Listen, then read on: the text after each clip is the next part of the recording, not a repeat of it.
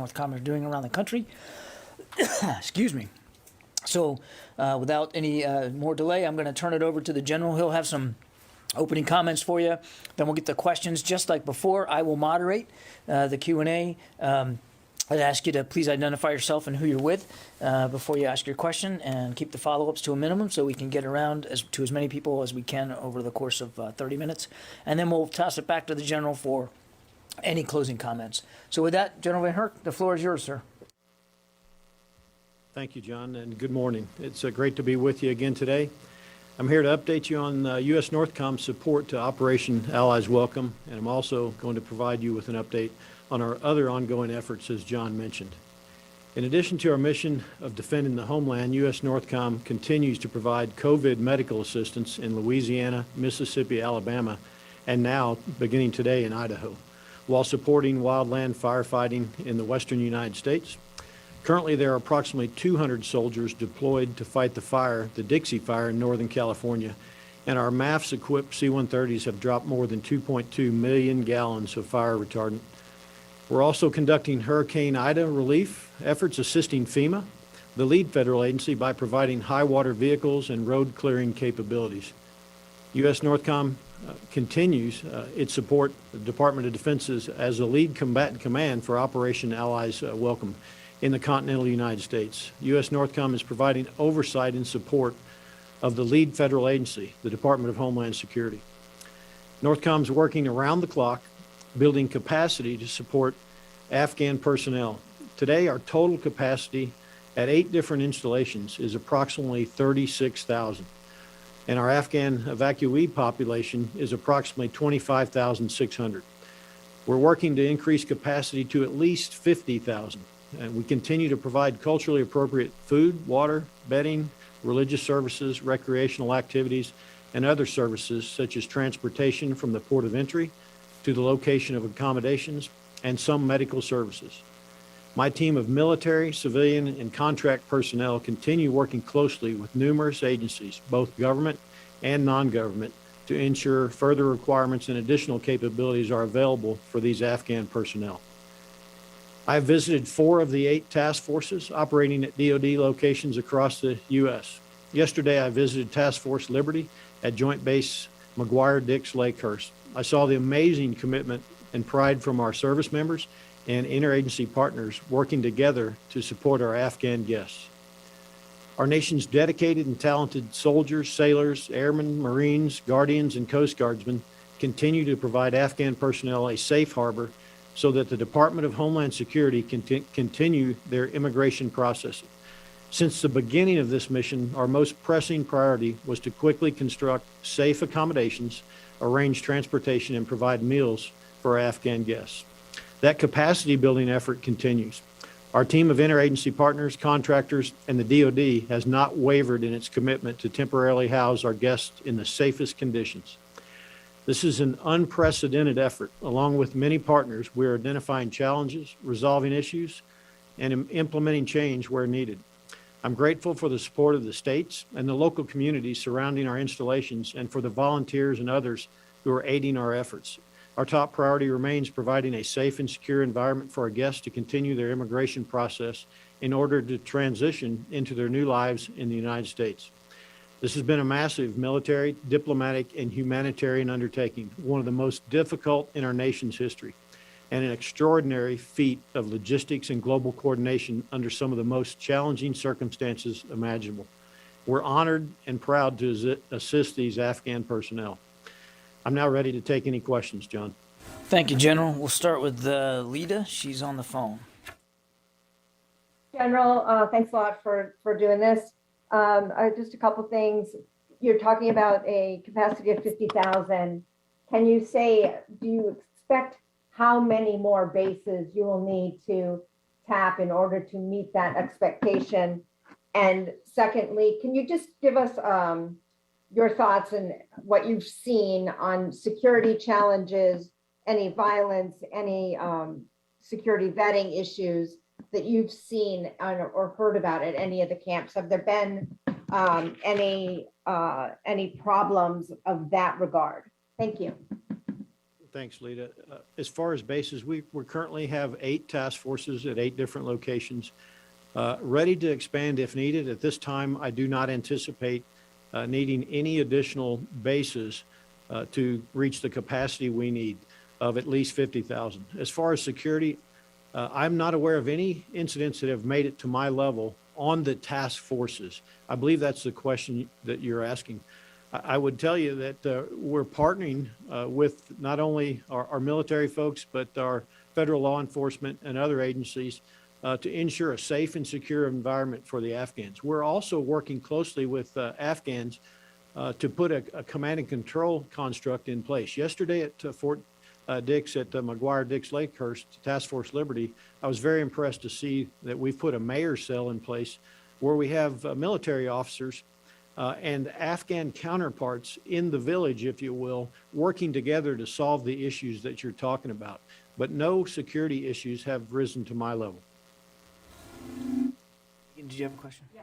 Hi, General Van Herk. It's Megan Myers from Military Times. I wanted to ask how many Afghans NORTHCOM has received, how many have been resettled and moved off of installations, and about how long that process is taking and which final processes are taking place on bases here.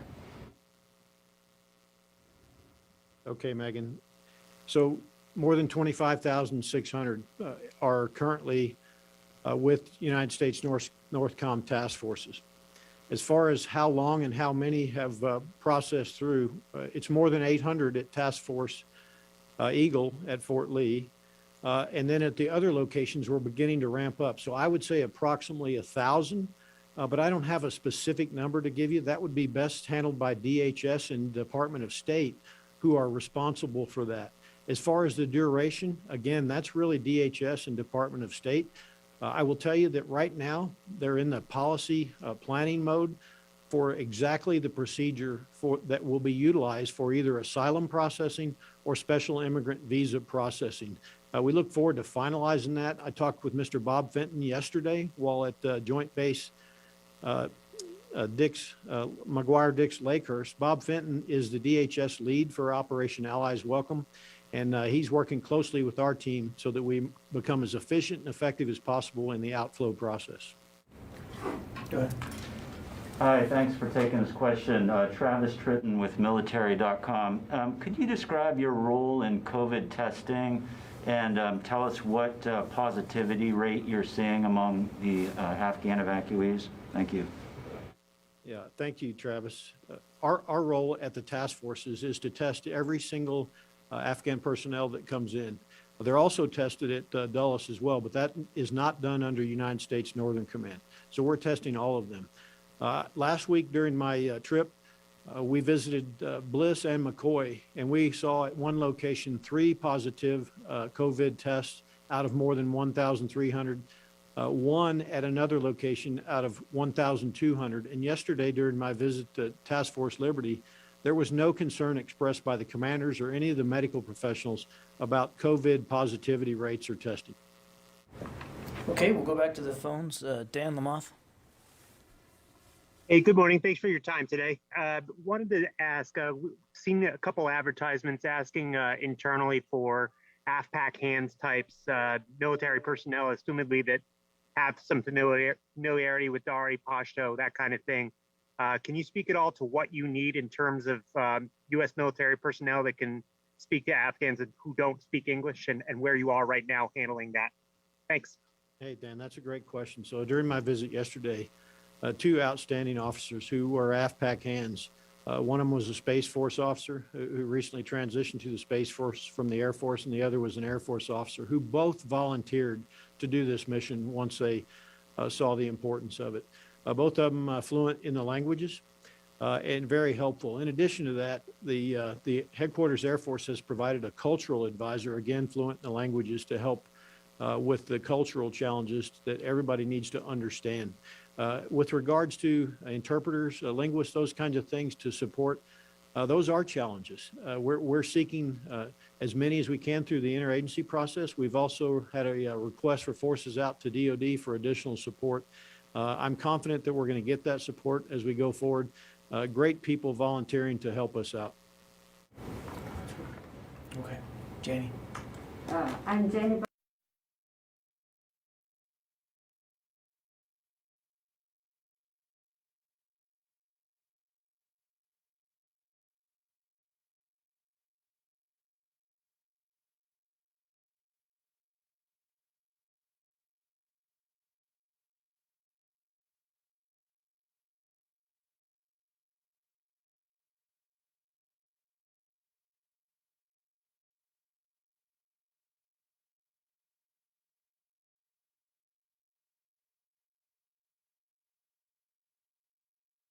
States Northern Command and NORAD stand ready to provide our mission capabilities. For NORAD, that's threat warning and attack assessment. For NORTHCOM, ballistic missile defense capability. I'm ready 24/7, 365 if North Korea decides to launch a ballistic missile. I'm confident in our capabilities. I'm aware of the report that you're talking about. That does not change my posture. We continue to be ready to respond should North Korea elect to launch a missile. Thank you. Barb? General Van Herk, a couple of follow-ups. You talked about this mayor's cell. Can you tell us a little bit more? Is this something that's going to happen at all the other sites? How are you trying to give Afghans more of a voice in their conditions right now? My second follow-up to that is, you mentioned a couple of times things not coming to your level of attention. I'm wondering how you're ensuring that any problems regarding food, sanitation, care, standardizing care, how these do come to your attention so you can, so you make sure people tell you when there are problems. What's that level you've set when you want something brought to your attention? Thanks, Barb. Great opportunity to talk about the mayor's cell, and it has been perpetuated across all of the task forces. I'm really encouraged with what I see at the task forces with sharing lessons and continuous improvement processes. The mayor's cell is a great idea.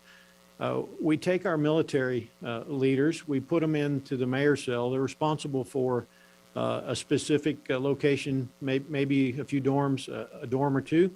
And they have a counterpart on the Afghan side that would essentially be their equal, if you will, in rank.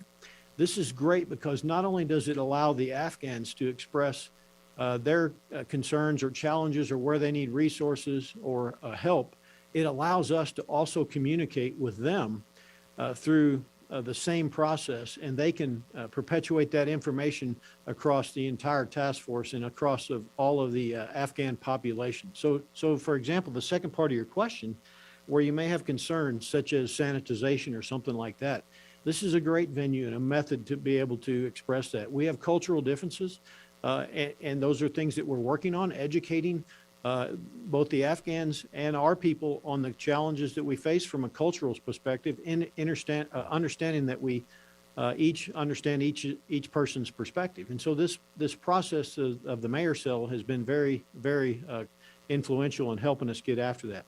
With regards to information that flows to my level, Barb, there are things called commanders' critical information requirements.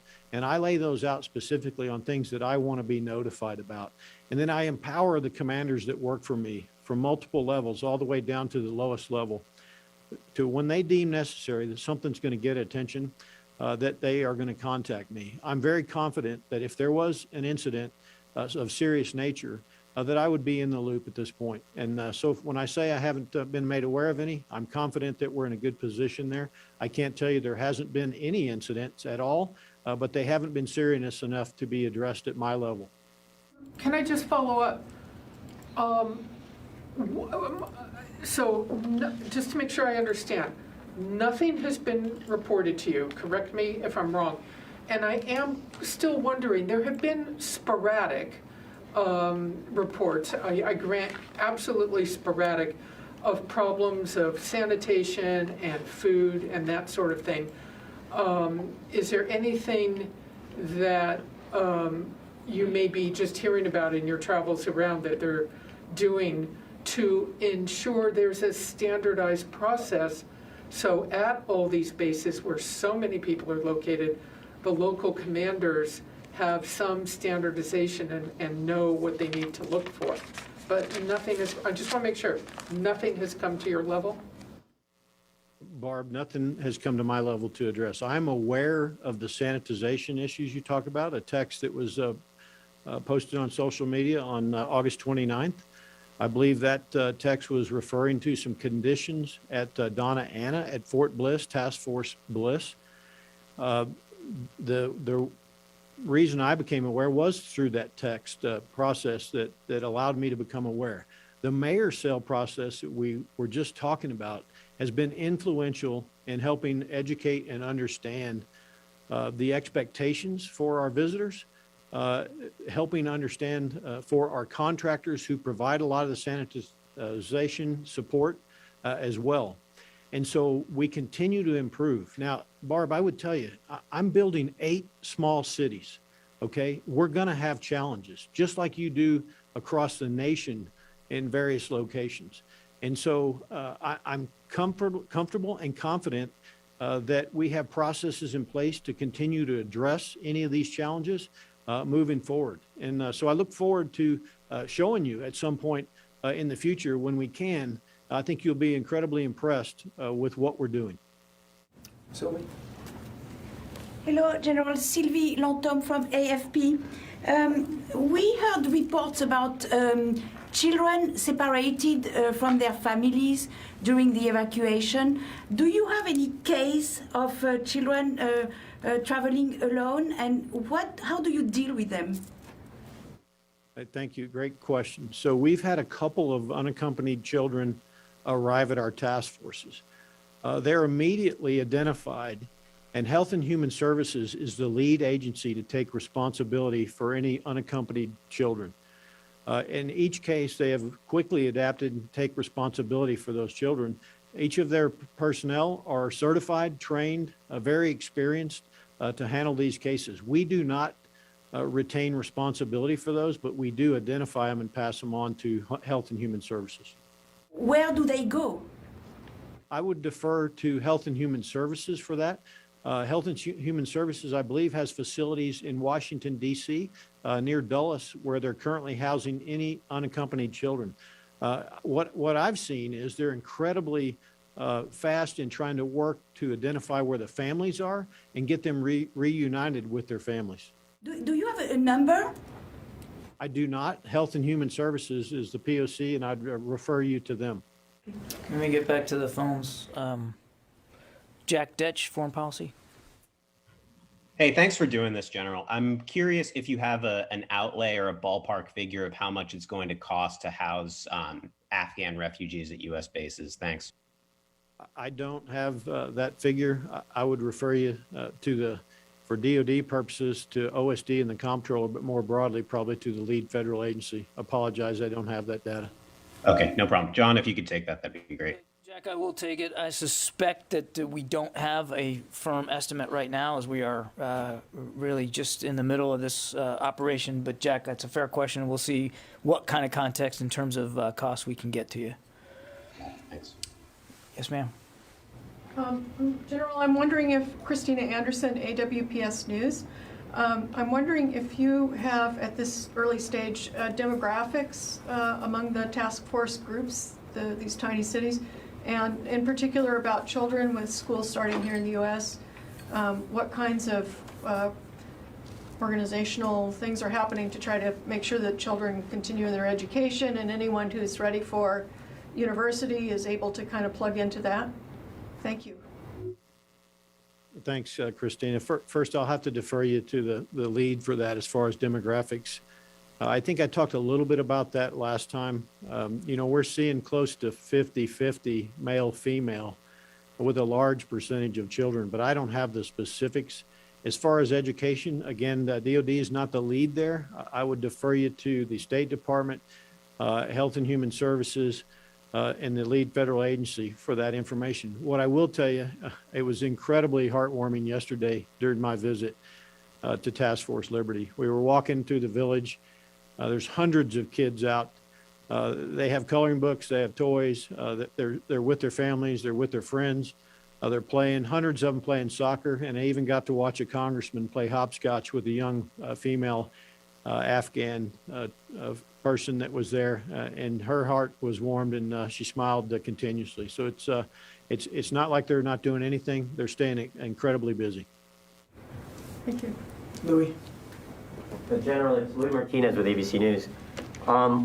It seems like the population has quadrupled since you were with us last week in terms of the people that you had at these facilities.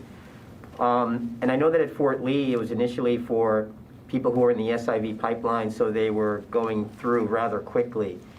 Are the majority now of these individuals who are in your camps, are they SIVs? And if they're not, how much time do you anticipate that they'll spend there if there's a certain process that's involved in terms of not being days, but maybe weeks or months? Hey, thanks, Louis. You're right. Lee was primarily an SIV event, and today the vast majority of the Afghan population at Lee are in the SIV process. As far as the total number, I don't have a specific. I'd have to defer you to DHS and State Department of exactly the breakout between SIV and other asylum seekers. But I would venture, I'm speculating a little bit, that the vast majority are not SIVs at this time. They're asylum seekers that will be determined how we're going to work them through the process by DHS as the lead federal agency. And if I could follow up, sir, does that mean that they will remain at those facilities until they get asylum? Or like the other individuals in the SIV pipeline, do they get transferred out to NGOs that then find housing for them? Louis, what I expect in talking with Mr. Bob Fenton yesterday, and they're currently working through the process for how we're going to onward move them, is that each of them will, at a minimum, go through the medical screening, COVID vaccination. That's a requirement now for parole. Parole being a term that the state uses when you release them into the United States as part of the either special immigrant process or DHS as part of an asylum process.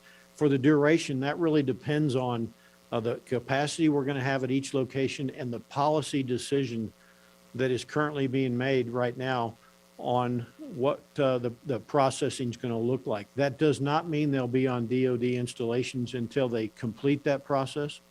Once they go through their screening, once the policy is decided, then they may be released likely to our country and go through the asylum process as guests of our country until they get their either U.S. citizenship, green card, et cetera.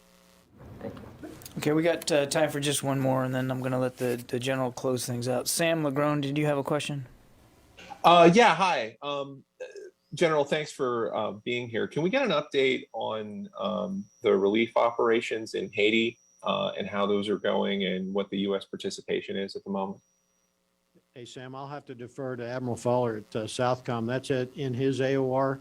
Maybe John Kirby has more, but that's not something I'm responsible for.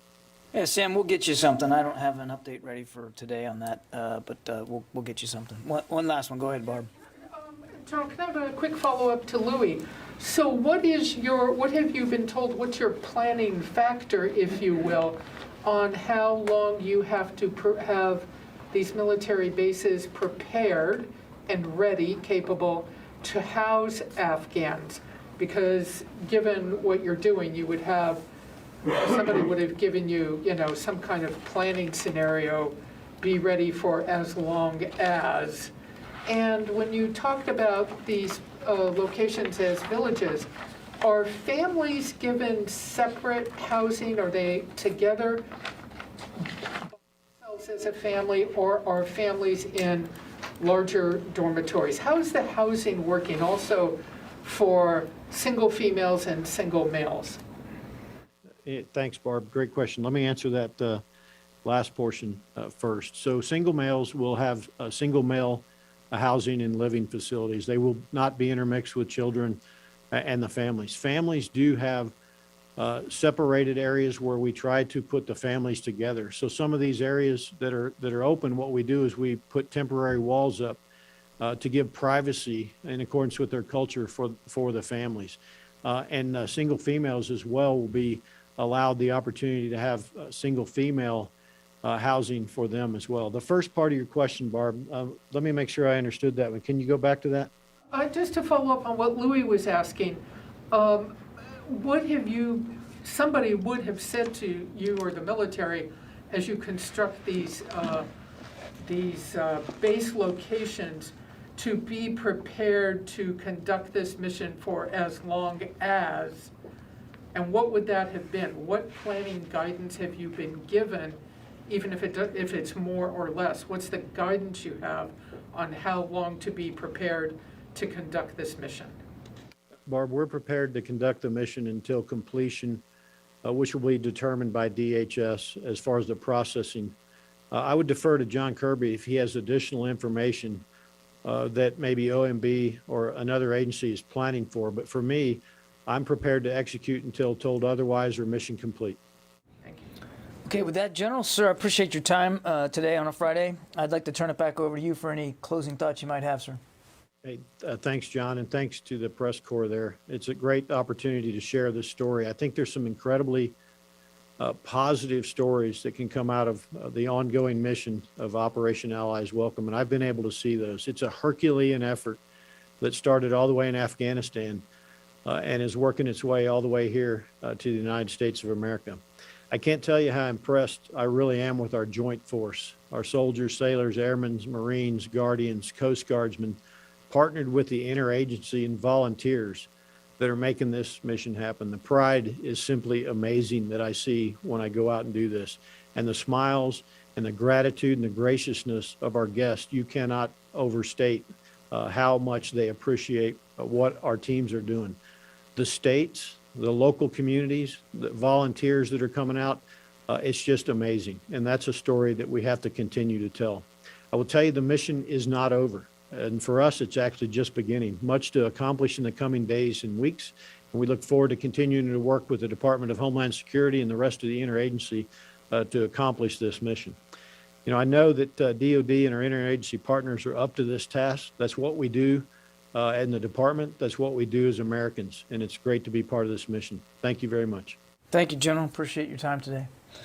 Okay, I do have a couple of things at the top here, and then I can stick around and take some questions if you have them. To piggyback onto the General's comments about wildfire support, with the continuing significant fires in the western United States, the Department of Defense is delivering requested personnel, equipment, and facilities to assist federal, state, and local partners as they fight these wildfires. One of the tools provided by the department is the Firefly System pilot program. It's a capability from the National Geospatial Intelligence Agency, NGA. Firefly provides imagery information from satellites, drones, ground sensors, and cameras, giving wildfire agencies the location and shape of probable fires. It assists with fire mapping and tactical decision support. Firefly offers regular updates up to 15-minute intervals on areas of fire growth and activity without cost or exposure of aircraft. Recognizing the continuing value of this pilot program, the department recently approved an extension of Firefly support through September of 2022. This extension will provide time for the National Interagency Fire Center, in consultation with the Department of Defense, to develop a viable long-term solution for future funding and operation of Firefly. Finally, I think you heard the Secretary mention the other day that he'll be going to the Gulf region here next week. We depart on Sunday, September 5th, to visit Qatar, Bahrain, Kuwait, and the Kingdom of Saudi Arabia. Throughout this trip, the Secretary will be meeting with regional partners and military leaders as well, U.S. military leaders as well, to thank them for their cooperation with the United States as we evacuated Americans, Afghans, and citizens from other nations from Afghanistan. He will, of course, reaffirm our strong defense relationships in the region and again thank them for their superb support. He'll have a chance to talk to U.S. service members and other government personnel, including our diplomat colleagues, to thank them for, again, the skill and professionalism with which they have conducted and continue to conduct this onward movement of people. So, with that, I can take some questions. Travis? John, I wanted to piggyback on previous questions on what the general said about the length of time that they may be housing the Afghans. And it sounded like from what he said, it could be indefinitely. And I'm just wondering if you could give us some more clarity on that. I mean, is it the plan to do this through October with the possibility of an extension, or can you give us some more clarity so it just doesn't sound like this is indefinitely? Yeah, I wouldn't want to get confused. I don't think the general meant to indicate that the stay at a base is going to be indefinite. That is not the plan. These are temporary housing locations to help these individuals as they complete their process. And many of them, to Louis' question, are on different process timelines. If you're an SIV and you're farther in the process, then obviously it won't be as long as somebody who's not in that program. So it's going to vary case by case. But what he was talking about was the mission itself, the general support by DoD to our interagency partners. There's not a deadline on that. We're, as he said, we're just at the beginning of this, and so we'll support our interagency partners with the housing function we're providing for as long as they need it. That's different than saying an individual family or individual Afghan is going to be on a base for an indefinite period of time. There's a process, but each one will be different based on the individual case. Does that answer your question? I think so. Thank you. Okay. Yeah. In the back there. Thanks. Mike Bress with the Washington Examiner. DoD still hasn't said who the targets of the airstrikes were. Can you tell us who the targets were, and if not, why not? I don't believe we've refused to say who they are. We haven't given you names, but we absolutely had solid intelligence that this was ISIS individuals who were in the act of imminently carrying out a direct threat to the airport and to our people, and potentially to innocent lives outside the airport. The intelligence was very good, and we took the strike in as timely a fashion as we could to prevent this imminent threat. There's no question on the department's mind that it was a valid threat, valid target, and related to ISIS-K. Okay, Louis. Yesterday, General Walters spoke about a 10-day limit for individuals in UCOM. Right. What exactly is that? And is there a limit for the individuals in the CENTCOM countries? Let me get back to you on the CENTCOM. I don't know. I'd have to get that from Central Command, Louis. What the general was talking about in Europe, these countries have asked that we keep people no longer than 10 days at these facilities, and I think he talked about how we're working with the countries. We're grateful for their generosity, and we're working very hard to meet those guidelines as best we can. I'll have to take the question on CENTCOM. I don't know if there's similar limits on time frame.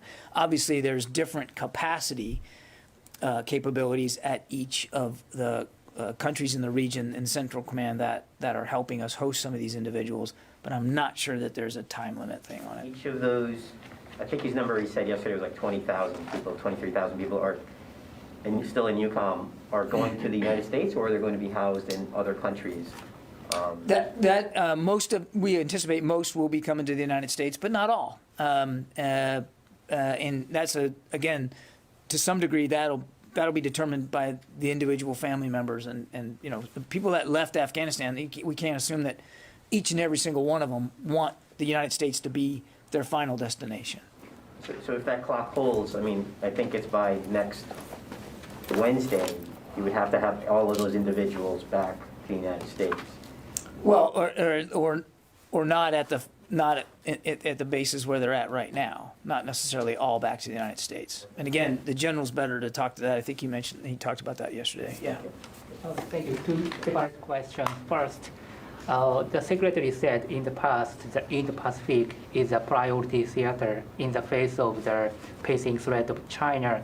Does he still stand by his earlier statement now that the Taliban took over Afghanistan and the threat of terrorism could increase in the near future? The Secretary still intends to prioritize the Indo-Pacific region. Absolutely, nothing's changed about that.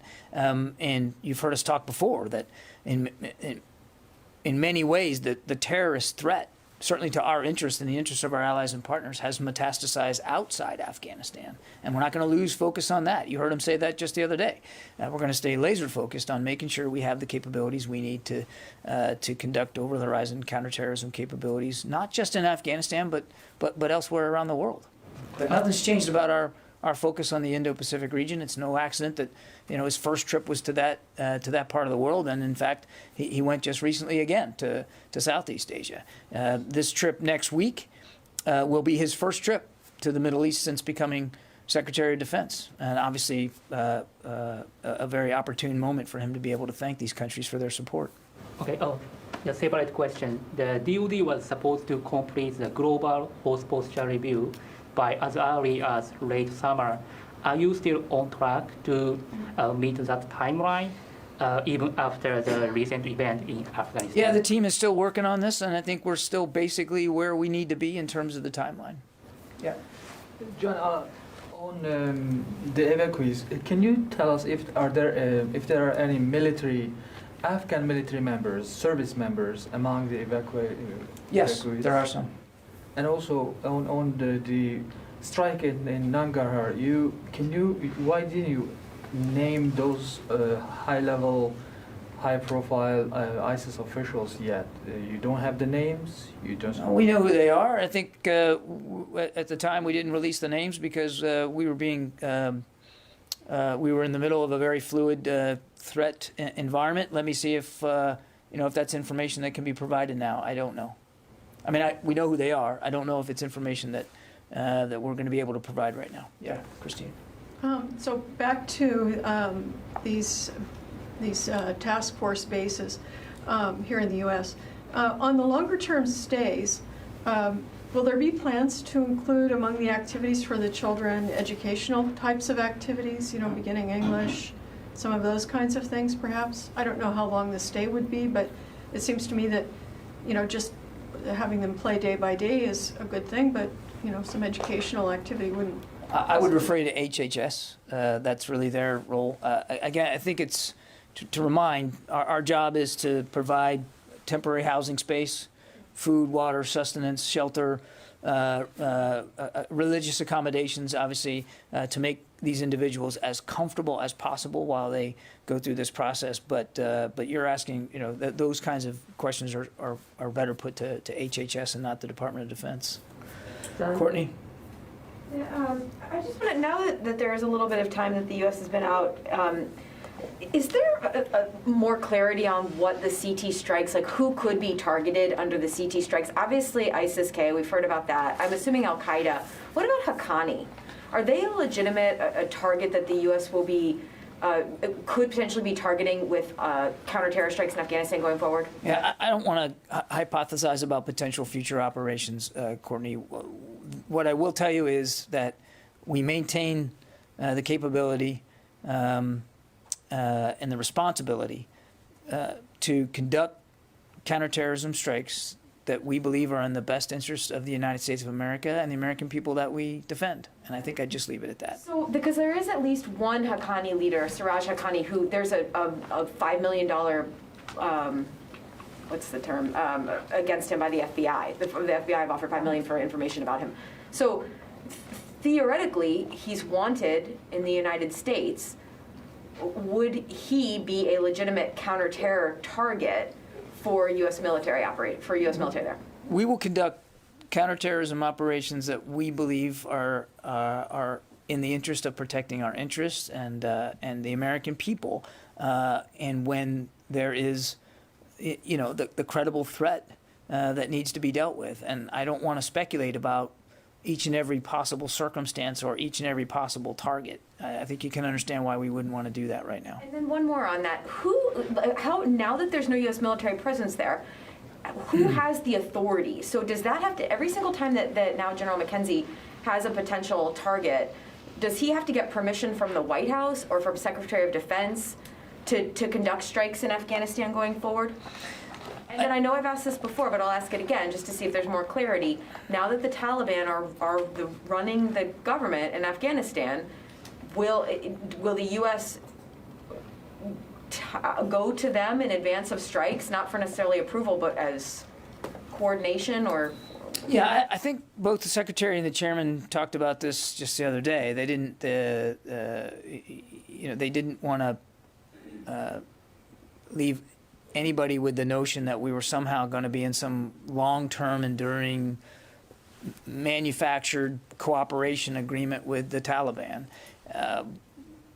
But to your last question, I mean, each case is going to be dealt with specifically to that case, and that includes, issues of authorities. Obviously, General McKenzie has authorities to conduct counterterrorism operations inside his area of responsibility, and we leave it to him and his good judgment to determine how much beyond his own authorities does he want to act or consult. But every case is going to be dealt with differently. So again, I think the Secretary and the Chairman laid it out pretty clear. We're not, nobody's trying to ink some sort of military cooperation agreement with the Taliban. They wouldn't rule out that there might be occasions when there might need to be some informational component there with the Taliban going forward. I don't. We shouldn't get lost. Nothing should be lost about the fact that we have a robust over-the-horizon counterterrorism capability. We're going to try to make it more robust. We're still in discussions with partner nations about being able to make it more robust, and we're going to continue to explore options. Again, it's about defending our interests and our people and the American homeland, and making sure that places like Afghanistan can't become a place where that kind of a threat, like what happened on 9/11, can happen again. Barbara. I want to clarify something you just said to Courtney, please. I think I heard you correctly. You said you leave it to General McKenzie to decide when he needs to consult. Right. I know there is a fascination here about, no, Barb, wait, hang on just a second. There's fascination here over authorities. And the cases when a commander can do something on his or her own, or they have to float it up the chain of command. I am not going to get into a detailed discussion today about authorities for strikes that haven't happened yet, and for operations that aren't planned and aren't on the calendar yet. Hang on, please. The whole national security team is involved in monitoring the threat streams and the intelligence, and there is, in many cases, frequent dialogue across the chain of command about taking the appropriate action. And the interest in authorities is interesting. It's not necessarily relevant to the overall mission, which is to prevent our nation from being attacked again. So my question actually is, well, that's a very good explanation. My question is, you said, if I am repeating this accurately, it is up to General McKenzie to decide when he needs to consult. I'm wondering, given everything, maybe I just misunderstood you. There are processes and procedures. A four-star, one in charge of operations in a particular part of the world, it wouldn't just be left up to him to decide whether he thinks he needs to tell the president or the White House or the secretary or the chairman. I'm not trying to ask about hypotheticals. I'm just trying to ask, is that really the case that General McKenzie gets to decide? Or did I misunderstand you? He has authorities, Barb, and there will be times when he'll be able to act on those authorities. There will be other occasions, potentially, where there'll need to be a broader discussion about the intelligence we're seeing and about the capabilities we can bring to bear to deal with that particular threat. And General McKenzie, I'll have to go back and look at exactly what I said, but General McKenzie understands how to do this, and as do all the other combatant commanders, quite frankly. It's not just Central Command. Other geographic combatant commands are dealing with terrorist threats in Africa and even in the Indo-Pacific. They understand the authorities that they have, and they also understand that even within those authorities, there might be times when a broader discussion is warranted. And I think, again, it's not a useful exercise to go through the authorities on each and every possible strike. What matters is that the American people know, A, we have the capability, and we're going to keep the capability, and we're going to try to make it more robust, and B, we're not going to lose sight on the threat. going forward. And it's difficult for me on the 3rd of September to tell you exactly what that threat's going to look like in any part of the world on any particular day, except to say that our combatant commanders know the authorities they have, they know the responsibilities they have, and they will act accordingly. I think the reason that I'm glad that the combatant commanders know their authorities. I would be troubled if they didn't. But I think the reason that we're asking here is because now the situation has changed. There's been 20 years that we've been covering this war, and now the situation on the ground has changed. There's no military there, and it's not. And we're trying to understand, to inform our own reporting, how things going forward. I don't think we're asking you specifically, can you give us the date and time of each strike and who it's going to be targeting and where, but just more broadly, how this process is going to work going forward. And I think that kind of process stuff, call us wonky, it wouldn't be the worst thing this press corps has been called before, but I think that only informs our own reporting to understand how it's going to work. So if it's possible that anyone can explain that going forward, even in a broad sense. Courtney, again, I think maybe I failed. Perhaps I utterly failed here to try to explain it going forward. Not to your face. But I just don't think it's a useful exercise to talk about every authority process for every potential strike we're going to take. Just rest assured that our combatant commanders have the authorities they need. And if there's a need to have a broader discussion inside the national security team about a potential target, we'll do that. It is not uncommon that hasn't happened in the past, and I suspect that'll happen in the future. But you're right, the situation is different. And that's exactly the point I guess I'm trying to make, is that because the situation is different, these will be taken almost on an individual basis. Yeah, sure. Could you talk a little bit about the urgency of the opportunity in a strike? Is that a factor in this too sometimes? Time and urgency is always a factor when you're getting ready to take a strike, particularly against a legitimate terrorist threat. Okay, I got to go. Yeah, go ahead. What is the U.S. final destination of the military mission against the terrorists? The U.S. will fighting forever to Taliban, ISK, or another terrorist? What? Do you have any destination for the final destination? A destination? Yes, final destination of the U.S. Final destination of the U.S. when it comes to terrorist threats? I mean, I think it's been pretty clear. We want to make sure that we can avoid, prevent, stop a terrorist threat from endangering the lives of the American people, like it happened nearly 20 years ago. And that was why we went to Afghanistan, and it was still the goal. It is still the goal, not just in Afghanistan, but elsewhere around the world, to eliminate those kinds of threats to our interests and to our people, to our allies and partners from legitimate terrorist activity, which, again, as I said, has metastasized away from Afghanistan in recent years, to North Africa, into other places of the Middle East. And so we're not going to lose sight on that. We're just not going to lose sight on that. The Secretary's number one priority, if you go back and look at his message to the force when he took over, is defend the nation. There's a lot you wrap into defend the nation, a lot. Part of it is the existent terrorist threat and the future terrorist threat, and making sure that we're not losing focus on that. All right, okay? Thank you. Thank you.